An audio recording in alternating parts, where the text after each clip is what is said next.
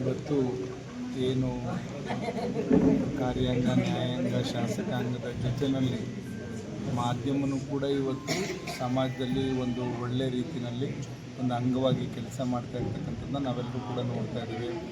ಆ ನಿಟ್ಟಿನಲ್ಲಿ ಇವತ್ತು ಸೋಷಿಯಲ್ ಮೀಡಿಯಾ ಇರ್ಬೋದು, ಚಾನಲ್ಗಳಿರ್ಬೋದು, ದಿನಪತ್ರಿಕೆಗಳಿರ್ಬೋದು, ಎಲ್ಲ ರೀತಿಯಲ್ಲೂ ಕೂಡ ಜನಗಳಿಗೆ ಸಮಾಜದಲ್ಲಿ ಆಗ್ತಾ ಇರ್ತಕ್ಕಂಥ ಆಗು ಹೋಗು ಎಲ್ಲದನ್ನು ಕೂಡ ಸೂಕ್ಷ್ಮವಾಗಿ ತಿಳಿಸುವಂಥ ಕೆಲಸನ ಈ ಒಂದು ಮಾಧ್ಯಮದ ಅಂಗ ಕೂಡ ಮಾಡ್ತಾ ಇದೆ. ಆ ನಿಟ್ಟಿನಲ್ಲಿ ಚಿಕ್ಕನಾಯಕನಹಳ್ಳಿಯಲ್ಲೂ ಕೂಡ ಇವತ್ತು ಹಲವಾರು ಸೋಷಿಯಲ್ ಮೀಡಿಯಾ ಗ್ರೂಪ್ಗಳು ಇದೆ.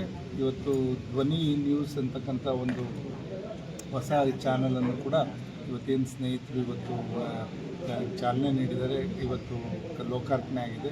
ಖಂಡಿತ ಅದ್ರ ಮುಖಾಂತರ ಧ್ವನಿ ಇಲ್ಲದವರು ಧ್ವನಿ ಆಗಲಿ ಈ ಚಾನಲ್ ಅಂತಕ್ಕಂಥದ್ದನ್ನ ನಾನು ಈ ಸಂದರ್ಭದಲ್ಲಿ ಆಶಿಸ್ತಾ, ಜೊತೆಯಲ್ಲಿ ಇವರ ಲೇಖನ ಆಗ್ಬೋದು, ಇವರ ಒಂದು ವಾರ್ತೆ ಏನು ಬಿತ್ತರಿಸ್ತಾರೆ ಅದು ಅರಿತವಾಗಿರಲಿ, ಸಮಾಜವನ್ನು ತಿದ್ದ ನಿಟ್ಟಿನಲ್ಲಿರಲಿ, ನೊಂದಂಥವರ ಕಣ್ಣೀರನ್ನು ಒರೆಸೋ ನಿಟ್ಟಿನಲ್ಲಿ ಈ ಚಾನಲ್ ಹೊರಹೊಮ್ಮಲಿ ಅಂತ ಶುಭವನ್ನು ಹಾರೈಸ್ತಾ ನನ್ನ ಮಾತು.